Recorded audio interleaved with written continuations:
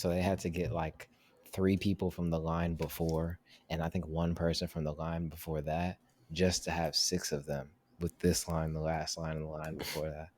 It was actually insane. There was 6 total from the last 3 lines.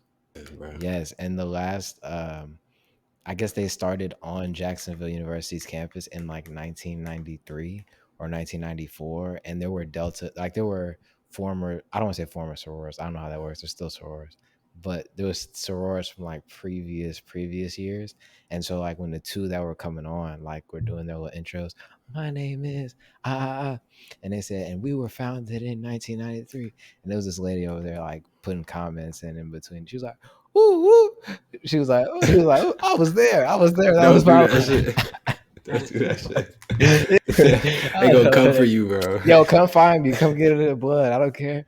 But nah, it was a ton of them there doing their thing, and I was just like, oh, this is dope. It was dope to see them, and then they like played a song, and all the people who came to watch like hopped in their little line and they did their little. I was like, oh, shit. AJ, bro. What? Have you ever been to a probate? No, that was my first time going to any form of one. You gotta go to a HBCU probate. You gotta come up here next year during some of the probates. Yeah, I'll be up there. Them. They're crazy. It's a lot. Yeah, bro. It was a lot, and it was dope to see because my friend who ended up like becoming a Delta, she's not coordinated for real. Like she's not the best like dancer and stuff like that. And she was telling me about like the last couple of weeks her trying to learn it, and she sent me some videos of her like fucking up. And there was some moments, bro, where it was like, I don't know if my leg could handle that. Like some of the shit that they were doing, bro. Like I'm gonna give one example. Like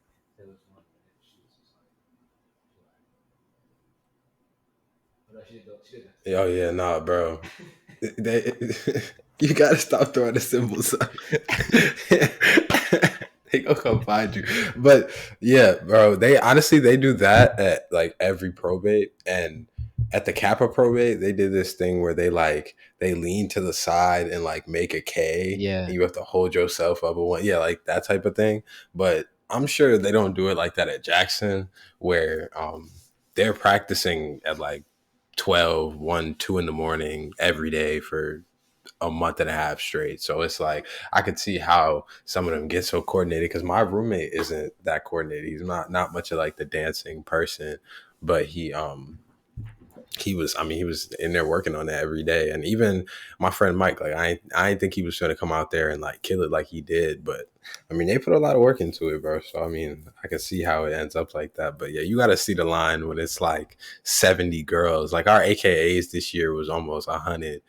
Like that's how many people we had. Like it was crazy. But you know, my favorite part of the performance was when they did that. It was like, you know, when they go around, they talking their shit or whatever. There was one part where it was like, and they basically they shot at the AKAs, and that was when I was making noise. I was like, yeah. I was like, yeah, the pink and what? The pink and what? Yeah.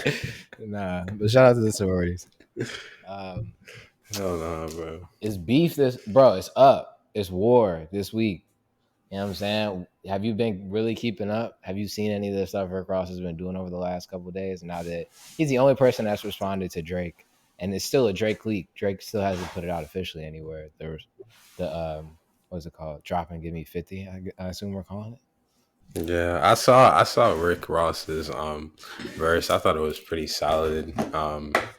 Beat was crazy too, but I don't know. I didn't expect Rick Ross to like really hop in. Like I thought maybe he was just gonna, like everybody else was kind of gonna let Kendrick and Drake duke it out. But I think it is cool to see Rick Ross hopping in. I guess I thought it was kind of weird that at the show did you see what he did at the show? Yeah, he played I'm on one and then cut it off. I don't think it's real.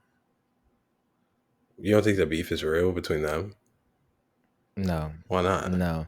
Because you saw the image that Drake put up of the whiteboard in the studio?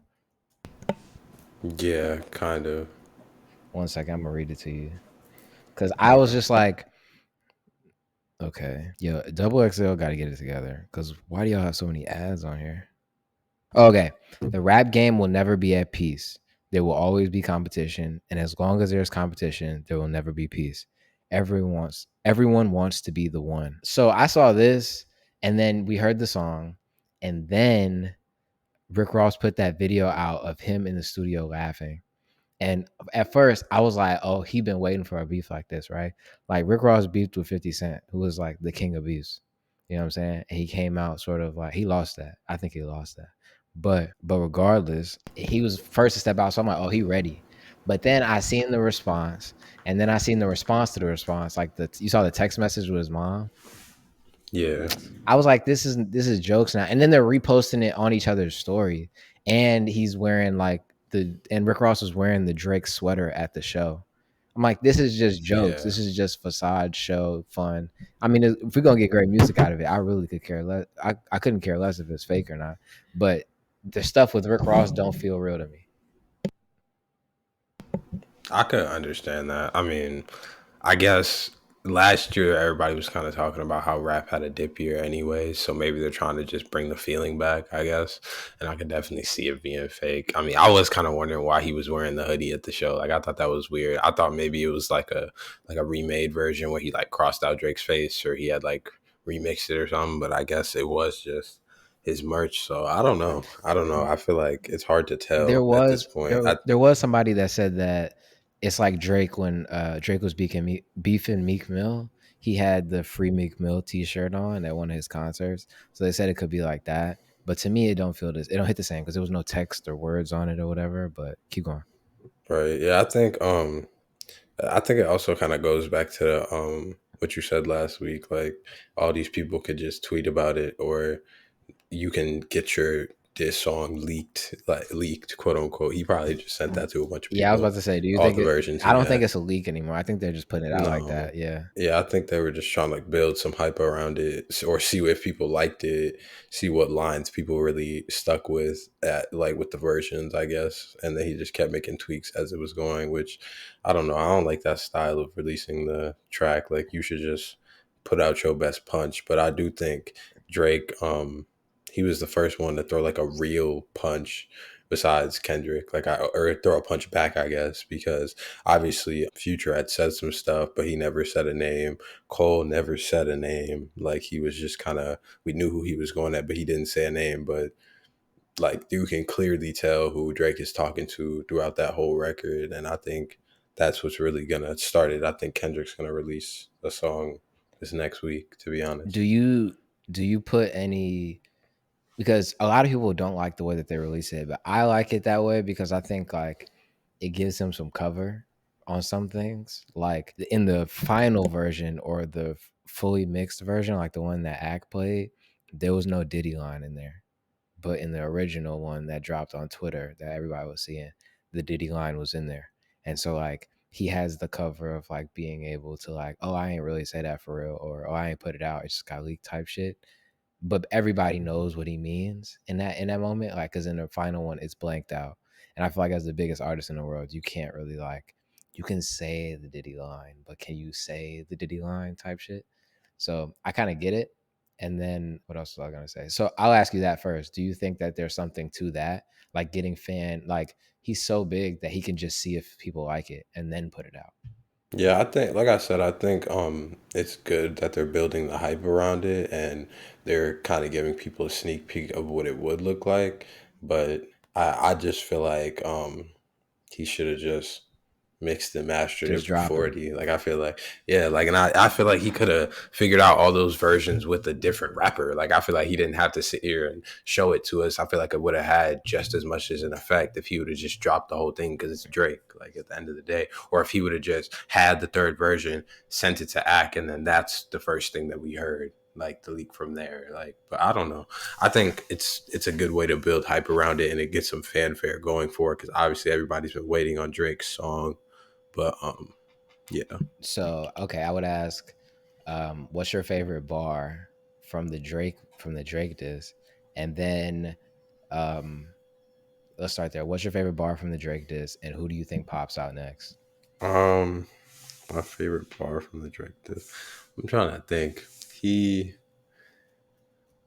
I thought the line about Ja Morant was kind of funny because I Yeah, didn't know he had beef with Ja Morant, and then I had to sit there and really think about the whole like the gritty thing. I was like, I the mean, a lot Giddy, of niggas gritty at this. the Giddy, but he's Yeah, the one. He's it's the a little one gritty, though. bro. Yeah, Yeah, like yeah, yeah. yeah, but that's the thing. I was sitting there like it's definitely him if that's what he's talking about. And then I think the whole drop and give me 50 thing is just like smart overall. Yeah. Like I feel like he triple entendre, just talking about so many different things. There was people on Twitter talking about he's not talking about push-ups and he's not talking about the, but it's he's talking about multiple things in that line in Right. that little chorus. And I feel like I There's don't a know if I couple of said them. this last week.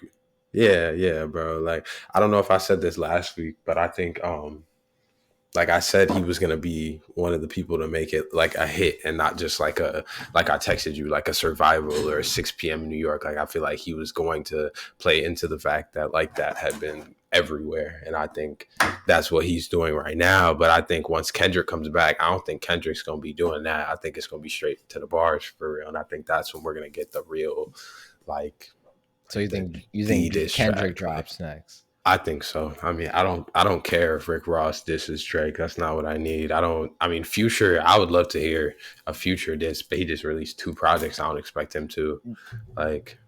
I feel like you know what? Like if this had happened a couple years ago, I would be more excited for Rick Ross to go back and forth with him, just because like his pen is so crazy. His pen is so crazy. Like before he started, bro, he was a ghostwriter for Diddy. He was a ghostwriter for Dr. Dre. He was writing for so many Trick Daddy. He was writing for so many people behind the scenes.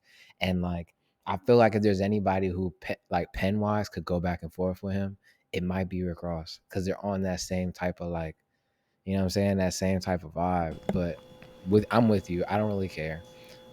My favorite bars from the push from the diss. One of them would probably be like your label boy, you in the scope right now, and you're gonna feel the aftermath of what I write down. That's a bar because Yeah, he signed the aftermath one took me a minute to remember that he was signed to Dre. I forgot. So and that plays into the whole premise of the record. It's like he signed to he signed to Top Dog, who signed to Aftermath, who signed to Interscope. So he's giving like and he's giving Top 50%. So then everybody's you know what I'm saying? That plays into the whole scheme of the song. And then there was the Whitney one, the Whitney bar. Which one was that? It was I didn't understand that. okay, so there's a movie. Oh, so it's like a double entendre. So there's a movie with Whitney Houston called The Bodyguard, and I guess she's cheating in the movie with the bodyguard. And Whitney is the name of Kendrick Lamar's wife. So it's like a Oh double. It's wow. like a play on like the the Whitney Houston cheating in The Bodyguard and Whitney being with some bodyguards, like the wife. We don't Yeah. got, you know what I'm saying? But it was like, I was like, okay, that was kind of clever. I was like, that's kind of clever. Those are my two favorite ones, if I'm being honest. But I catch new ones every time I go back. Hopefully, I think Kendrick will drop soon. They were saying that the producer to Rigor Mortis was tweeting that it's coming out pretty soon. He was tweeting something back and forth with Daylight. And if there's any beat that I love and any producer I would love to see on this song, but I'm also kind of concerned that if Drake knows there's been a song for 4 years, will it sound dated? Will it sound dated, or are they picking a whole new like song verse type of deal? That's my only concern. Okay, and my final question with this: does this get in the way of Party Next Door's album release? Um. Absolutely. I think this is just something that everybody's been talking about for the past couple of weeks. And I think it's just like the center of attention right now. Like, I even feel like that Beyonce album kind of came and went as far as media coverage. Like, ain't nobody talking about that for real. Everybody's talking about this.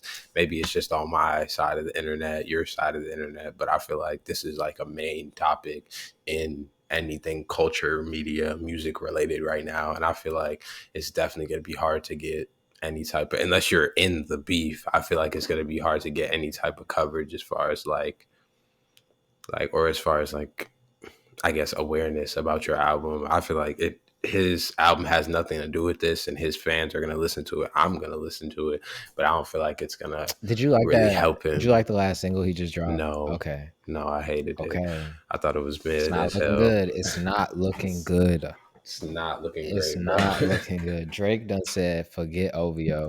I feel like what Drake's about to do, bro. Like the amount of international artists he had on tour towards the end, the type of collabs he's been doing and talking about. I feel like this is about to be his last hurrah in rap. Like he had a bar in there where he said, I don't got time to rap or something like that because I'm too busy. I feel like he about to get into his like international Bad Bunny, Peso Puma vibe and never come back. Yeah, I mean, I think he already started kind of showing us that though. Like he's always dabbled with it, but then he actually made a full album with it. And when everybody started talking about it, it was kind of like, y'all don't get it. This is a greater world thing. Um, this is about. It's bigger than rap at this point. But I think, hold on a second. I wanted to check something because the context of that album, I feel like, it makes a lot more sense Which one? if Oh wait, no. No, that was the Suns and the Bucks. I never mind. I was trying to see if that honestly never mind album was at the same time that the Raptors won the chip because I'm like, I mean, if he was outside, I don't think he was gonna be listening to rap at that time. But He was in that was just something he was stupid. in Ibiza. You know what I'm Never mind, saying? bro. You know what I'm saying? I got one thing before I want to get into new music. June 10th, Free World Boss, man. The trial starts. The trial starts June 10th. It's supposed to be 5 days, and he's maintaining his innocence. You know what I'm saying? He's maintaining his innocence. I think his argument is still flimsy, and I think any professional court of law is not letting this man out of jail. But free the world boss, man. Free the world boss. That, I really wanted to briefly say it. You could touch on it if you want. I just had to say I just think it's crazy that he won the it. appeal. Like I still think that's crazy. But they did use his they tapped his phone essentially, and they did it in an illegal manner according to the law. But what they found was like it was like damning. It was like damning. It was like, bro, you did that shit, guilty as fuck. But you know, if they did it illegally, you know what I'm saying, you got to go about it the right way. New music. What did you listen to this week? Did you listen to the Future album? Did you hear all of it? Did you really care? Do you want to talk about it? What did you listen to? And then I'm gonna tell you what I listened to after that. I would say this week I listened to the Future album.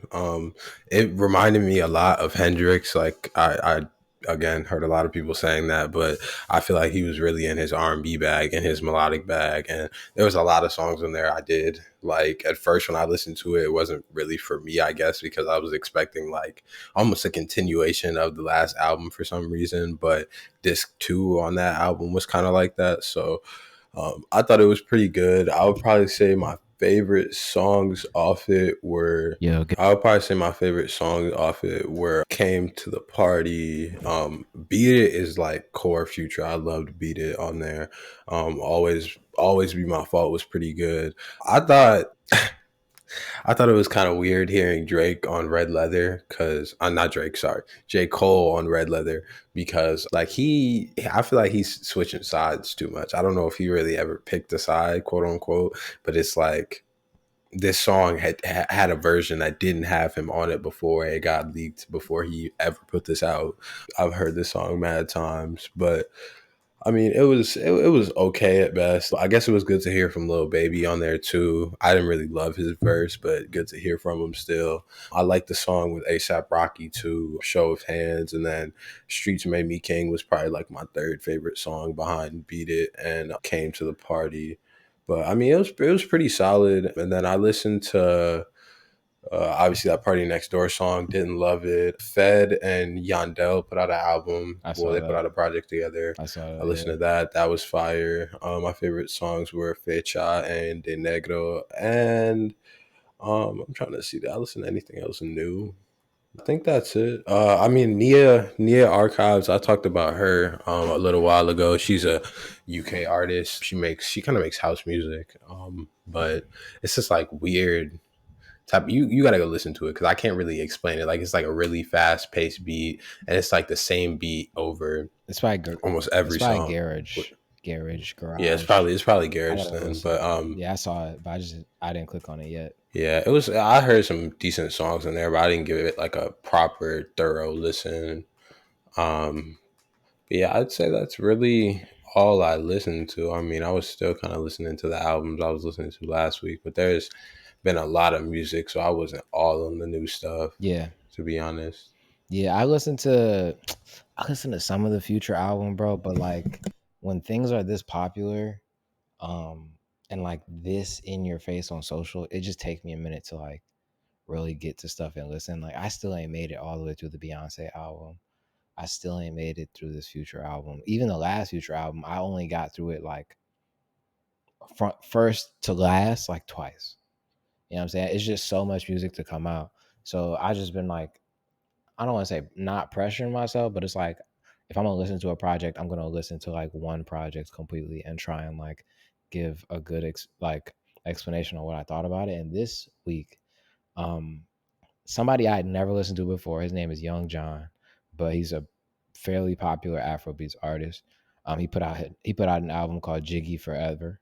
Um, he's on Chocolate City Music, which is the same label that Black Bones is on, and this is a really good project. It gave me like the first, I would say half of it, the first 5, 6 ish songs. I would say first 6 songs gives me Mr. Money with the vibe, like that type of production. He had P Prime on here producing. He had Magic Six on here producing, and some other producers I had heard of a decent amount. But this is just a really good project. You know what I'm saying? Like, I had never listened to him before, so I didn't really have any expectation of what I was gonna hear. But I really like the melodies on a lot of these songs, and the features on here were really dope.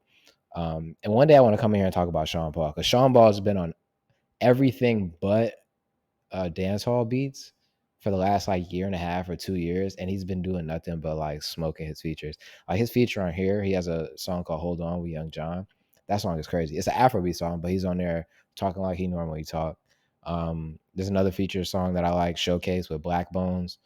He's really good on there, and I didn't realize that Young John was on Black Bones' album as well. So that song was also good that they did together. And then there were a couple other songs that I liked on here.